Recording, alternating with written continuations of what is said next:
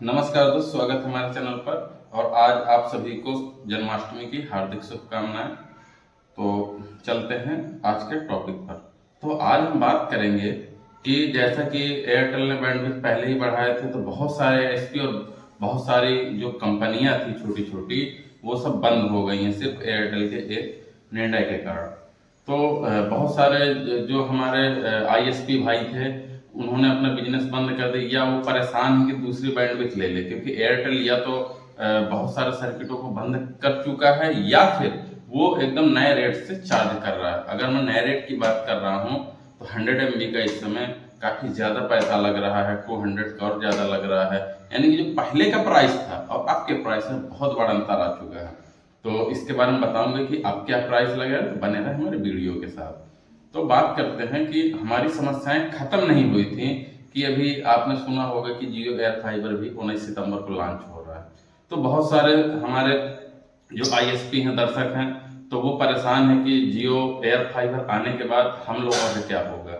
और ये वाकई बहुत तगड़ी समस्या है। तो इसी पर आज का ये पूरा वीडियो रहेगा।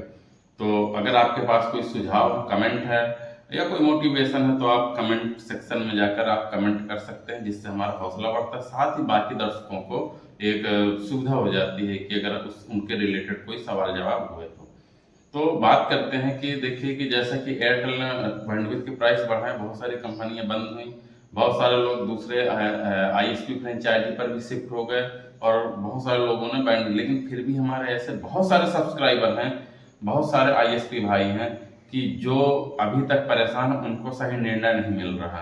यानी कि सही से कहाँ से बैंडविड्थ लें और कौन कौन सी कंपनियां बची हैं। बहुत सारी आपकी जानी मानी कंपनियां इस बिजनेस से बाहर हो गई हैं।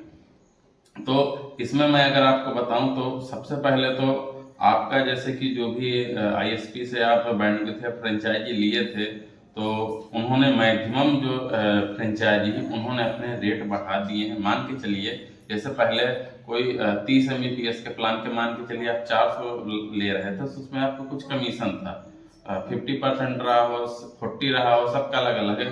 तो वो बहुत कम मार्जिन अब आईएसपी को मिलने लगा है, यानी कि हम लोगों को बहुत कम मार्जिन मिलने लगा है। अब उस कंडीशन में, क्योंकि हमारे बहुत सारे खर्चे हैं, देखिए बिजली हमें मेंटेन करना है, पूरा फाइबर ओएफसी हमें मेंटेन करना है, एयर फाइबर हमें मेंटेन करना है, सिर्फ जो आईएसपी फ्रेंचाइजी वो हमें सिर्फ देता है बैंडविड्थ। तो दोस्तों इसमें जितना भी खर्च है वो सब हमें मेंटेन करना है, ठीक है।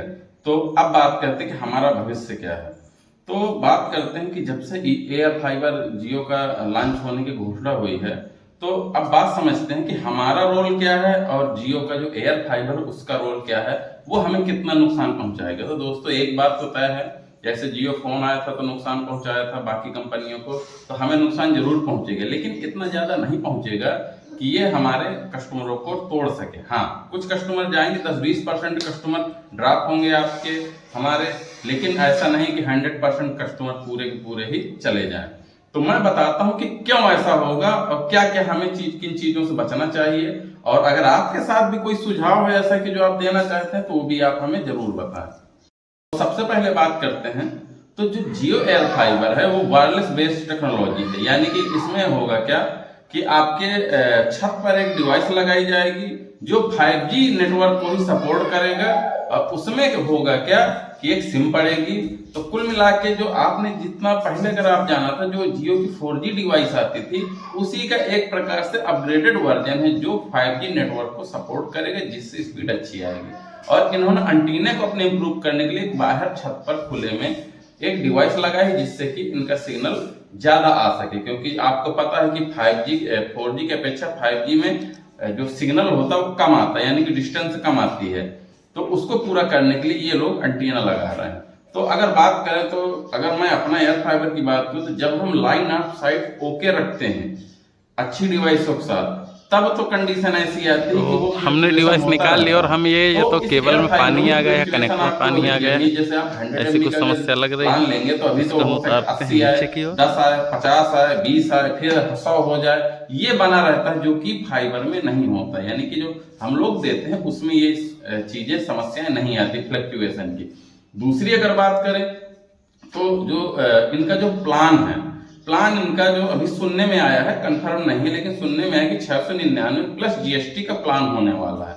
और अगर नई डिवाइस की इंस्टॉलेशन करें तो वो भी लगभग 5-6 हजार रुपए के आसपास होगा। जबकि कई जगह ये भी सुनने में आ रहा है कि अगर आप लोग 6-7 महीने का इकट्ठा रिचार्ज कराएंगे तो जियो वाले ये डिवाइस जो हो फ्री इंस्टॉलेशन लगाएंगे। तो हमने तो जो कनेक्शन किए हैं 1000 रुपए 1500 रुपए में और 2-2 हजार 3-3 हजार में 3-3 6-6 महीने के रिचार्ज दे के किए हैं, ठीक है।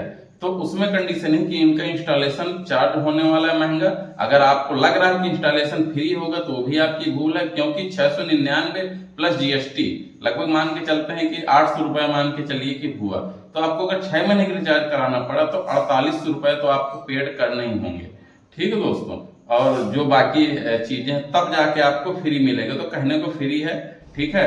दूसरी चीज, इनका 100 MB का प्लान जैसे मैंने बताया 699 और 150 MB का प्लान 999 में मिलेगा, प्लस जीएसटी टैक्स अलग है। तो हम उससे कहीं ज्यादा सस्ते में हम प्लान प्रोवाइड कर रहे हैं। हाँ, थोड़ा समस्या है कि जब से बैंडविड्थ की इशू हुआ है तो वो प्राइस बढ़ने की इशू है, तो उसकी वजह से थोड़ा सा हमारे प्लान भी बढ़े हैं। लेकिन अगर ओवरऑल देखा जाए तो हमें इतनी क्षति ये नहीं पहुंचाएगा। हाँ, पहल बार में क्षति ये जरूर पहुंचाएगा, क्योंकि कारण क्या होगा ना, इस नाम जब कोई चीज नई आती तो लोग भागते हैं उसके पीछे। तो कंडीशन ये होगी कि कुछ कस्टमर हमारे एक एडवर्टाइजमेंट कह लीजिए, दूसरे दोस्तों को कह लीजिए, भागेंगे जरूर। तो वो कस्टमर जाएगा, लेकिन बात के यही होगी कि वो कस्टमर लौट के आपके पास जरूर आएंगे। क्योंकि 4G के समय भी ऐसा हुआ था कि जब 4G में कस्टमर नहीं थे, 4G बहुत तेज चलता था। और आज आप 4G देखिए कितना तेज चलता है, आपको बताने की शायद मुझे जरूरत नहीं। तो सेम यही कॉन्सेप्ट 5G में है, जैसे ही कस्टमर बेस बढ़ेगा, लोड बढ़ेगा, तो इनका 5G वही 4G बन जाएगा, ठीक है। तो ये समस्याएं इस 4G जो एयर फाइबर में है, जो इनकी कमियां हैं, ठीक दोस्तों। दूसरी चीज ये जो अभी तो बड़े बड़े शहरों में ही लॉन्च कर रहे हैं, जहां 5G का इन्होंने नेटवर्क दे दिया है, ठीक है। तो वहीं ये 5G लॉन्च करें, तभी पूरे भारत में नहीं होने वाला, क्योंकि पूरे भारत में भी 5G लॉन्च ही नहीं हुआ हर जगह। तो अभी शहरों में या बड़े बड़े जो कस्बे हैं, जिले हैं, वहां तो जरूर ये आ जाएगा, लेकिन अभी रूरल इलाके में अभी नहीं आएगा। तो अगर आप रूरल के हैं तो आपको अभी घबराने की जरूरत नहीं है। हमें सिर्फ धैर्य रखने की जरूरत है, थोड़ा सा मेंटेन करने की जरूरत है, और अपने आप को एक स्टैंड रखने की जरूरत है। आप जल्दबाजी में कोई निर्णय ऐसा मत लीजिएगा कि ये आ गया तो हम बर्बाद हो जाएंगे, हम बंद हो जाएंगे, हमारा क्या होगा। ऐसा आपको डरने की जरूरत नहीं है।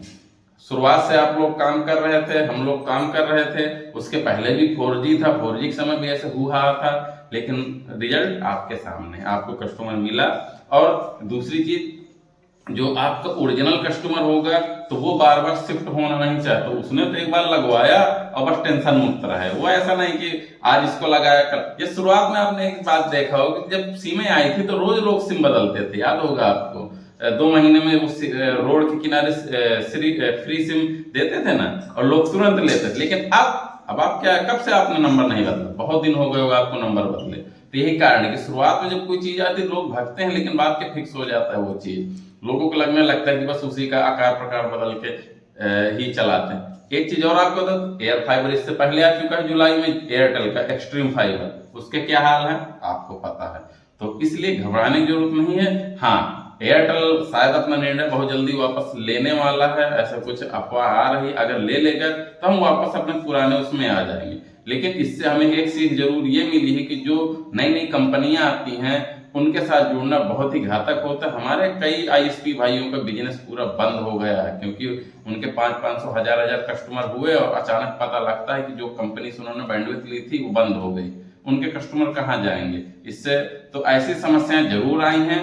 तो मेरा कहने का मतलब ये है कि आप जब भी बैंडविड्थ किसी बड़ी कंपनी से ले जिसका कुछ औचित्य हो, नई नई कंपनियों से मत लीजिए, नहीं तो वही होगा कि जहां थोड़ा समस्या है तो भाग जाती है। कस्टमर आपका है, कस्टमर आपको गाली देंगे, कस्टमर आपको भला बुरा कहेंगे, ठीक है, क्योंकि कस्टमर उनको नहीं जानता। तो इसलिए आप ये करें कि हमेशा एक रेप्यूटेड कंपनी के साथ जुड़े। रही बात जो मैंने बताया था कि बैंडविड्थ का प्राइस, तो इस समय लगभग जो बैंडविड्थ का प्राइस एयरटेल ले रहा है 18,000 प्लस टैक्सेस में ले रहा है 100 Mbps, और 32,000 प्लस टैक्सेस में 200 Mbps का इस समय रेट जो चल रहा है, जो लगभग पता चला है। हालांकि हो सकता है एरिया और लोकेशन के हिसाब से ये डिपेंड भी करता हो कि अलग अलग हो। तो ये था कुछ, ये मैंने अपने एरिया के रेट बताए हैं। ठीक है, तो ये जरूर है, तो आपको घबराने की जरूरत नहीं है। रही बात, अगर हम स्टैंड बने रहेंगे तो जरूर है कि हमारा नुकसान नहीं होगा। और दूसरी रही बात, हाँ थोड़ा सा यहाँ पर अभी जो मेरी एक सलाह है, अभी आप कोई नया इन्वेस्टमेंट ना करें।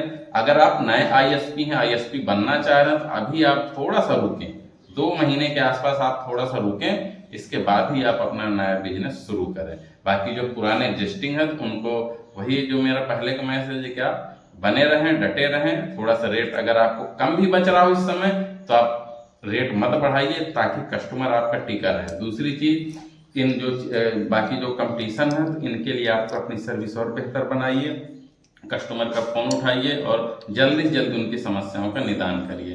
तो ये था कुछ आज का टॉपिक और इस विषय में चर्चा, और आशा करता हूँ कि वीडियो पसंद आया हो। अगर ऐसी कोई बात हो तो कमेंट जरूर करें। नमस्कार दोस्तों, जय हिंद, जय भारत।